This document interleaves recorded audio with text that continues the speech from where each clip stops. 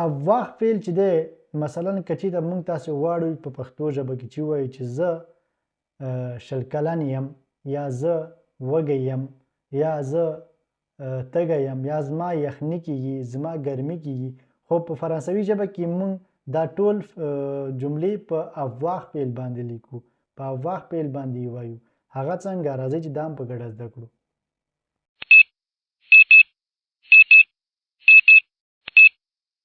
Bonjour les amis, bienvenue sur une nouvelle vidéo. J'espère que vous allez bien. سلامونه ملګرو ښه راغلاست. هیله ده چې روغ او جوړ او د صحت په جامو کې به پټ یاست. لکه څنګه چې موږ تر دې دمه د فرانسوي ژبې د کورس شپږ برخې خپرې کړي دي او دا اوومه برخه ده. په دې برخه کې غواړو چې د فرانسوي ژبې یو اړین فعل چې ډیر ضروري او ډیر اړین دی چې باید زده کړو او همدا ډول موږ له دې مخکې یو بل فعل هم کار کړی دی چې هغه être خو دغه فعل چې دی avoir دی avoir د لرلو فعل دی د فرانسوي ژبې درې دانې ډیر اړین او مهم فعلونه دي چې باید زده مو اوسیږي ترڅو موږ وکولی شو چې په راحته سره فرانسوي خبرې وکړو خپله جملې را جوړې کړو دا دوام فعل دی او دریم فعل به هم انشاءالله په راتلونکي ویډیو کې تشریح کوو دا چې څنګه موږ کولی شو چې د avoir فعل په جملو کې وکاروو نو د ویډیو تر پایه را سره پاتې شي پرته له مطالعې راځئ چې دوام ورکړو ملګرو زه باید دلته تاسو ته یو خبره یادونه وکړم هغه دا چې زه چې دلته لګیا یم یو څه چې خپله مې زده کړي او تاسو سره یې شریکوم دا په دې معنا نه ده چې زه بیکاره یم زه ډېر وخت لرم زه بل مصروفیت نه لرم یوازې همدا کوم دا د دې لپاره چې زه پوهېږم چې موږ په څومره سختیو کې دلته سختیو سره لاس او ګریوان یو همدې لپاره زه راځم دغه څه چې زه پخپله زده کوم غواړم تاسې هم زده کړئ نو تېره ویډیو چې ما کومه کړې وه هغې ویډیو کې ما په شپږمه برخه کې د ویډیو په اخر کې ما یو تمرین پرېښی و چې هغه تمرین باید تاسو حل کړی وای خو له دغو ډلې نه یوازې یو نفر چې هغه دغه تمرین حل کړی و یعنې دا په دې معنی چې یو نفر د ویډیو تر اخره پاتې شوی و نو زه هیله کوم له تاسو نه کله چې ویډیو ګورئ درس ته راځئ یو ارامه ځای انتخاب کړئ چې هلته دا ویډیو تاسې په مکمل ډول باندې وګورئ او ویې لولئ یو څه مو زده شي ترېنه یو څه ځان سره نوټ ونیسئ داسې نه چې مثلا تاسې راشئ هغه سر نه یې تېره کوئ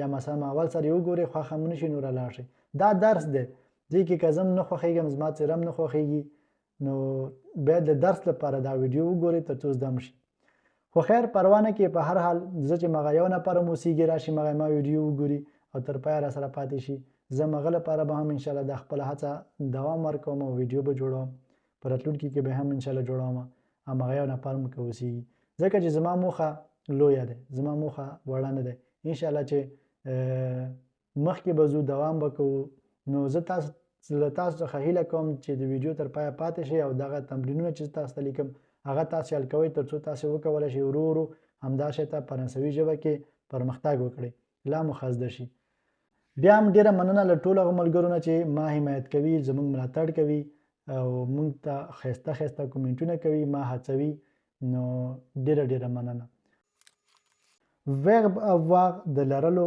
فعل لومړی راځي چې په ضمیرونو باندې وکاروو له هغې وروسته به بیا په اړه یې خبرې وکړو چې ښه مو زده شي لکه څنګه چې ما په د être فعل کله صرف کولو هغه وخت کې موږ ویلي وو چې کله چې موږ یو فعل صرف کوو چې هغه فعل په وایل تورې باندې شروع شوی اوسیږي نو د ضمیرونو لپاره لومړي شخص چې خپله زه یم مثلا لکه تاسو خپله ځان لپاره کاروئ چې زه نو ژو به نه لیکئ ژ به لیکئ او ا به ترې نه لرې کوئ دلته بیا اپاستروف لیکئ او هغه نه بعد به هغه فعل لیکئ لکه څنګه چې اوس دلته د avoir فعل چې دی هغه په وایل تورې باندې شروع کیږي نو دا ډول صرف کیږي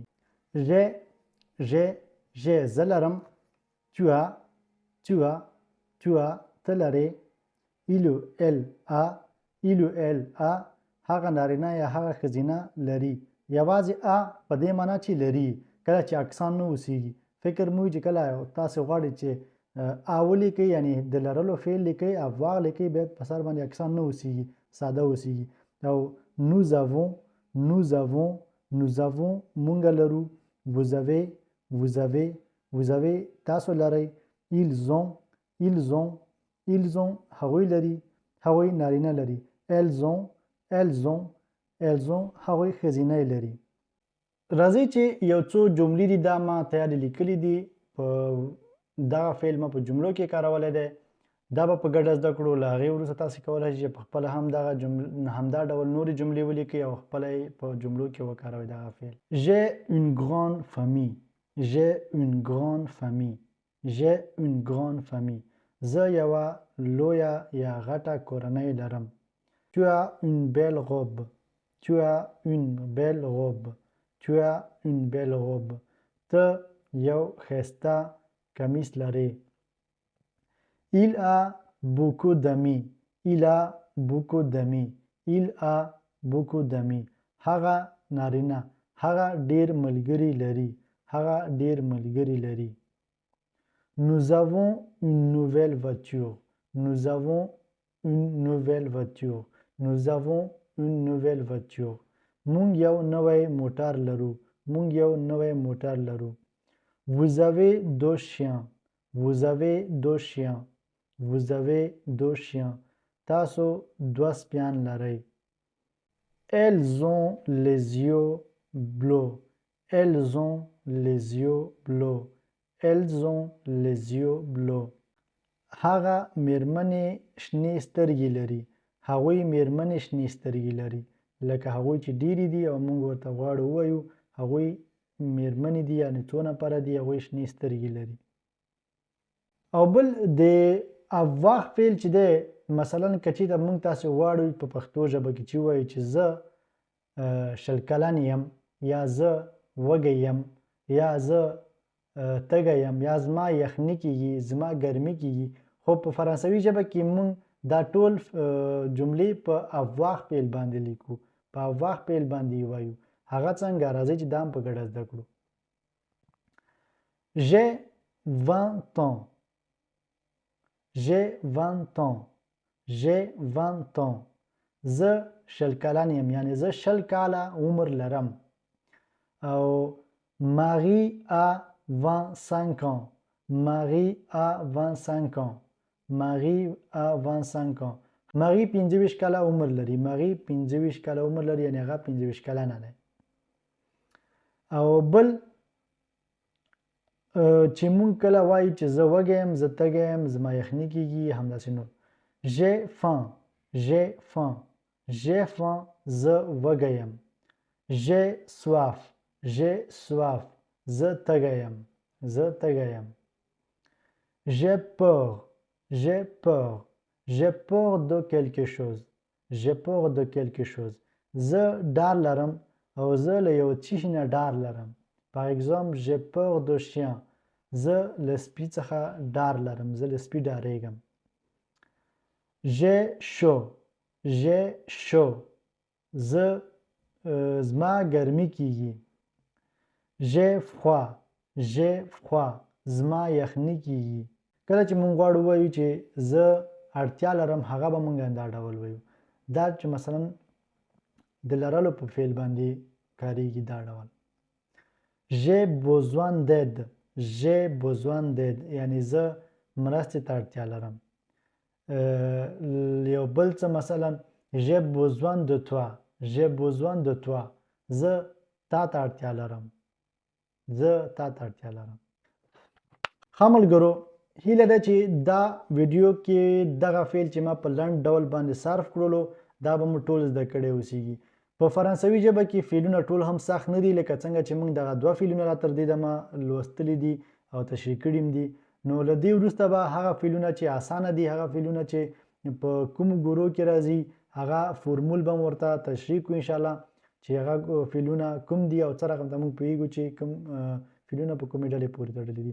خو دا چې être avoir aller د ځینې فعلونه چې دا د درېیمې ډلې فعلونو څخه دي خو باید موږ یې په لومړیو کې زده کړو. نو همدې لپاره دغه فعلونه ګډ وډ دي.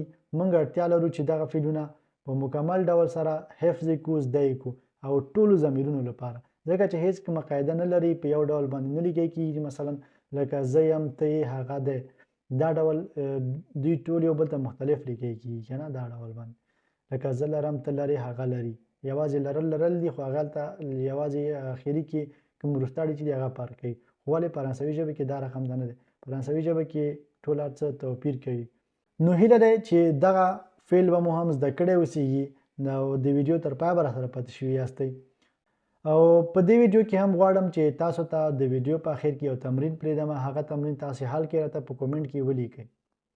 نو زه خوښیږم چې تاسو کومنټونه ماته راځي او دا د دې سبب د دې لامل کیږي چې زه فکر کوم تاسو هم یو څه زده کړي دي، تاسو هم له ما سره یو څه زده کوئ. تر بلې ویډیو هم په الله سپارم. ښې چارې ښه وختونه. د الله په امان.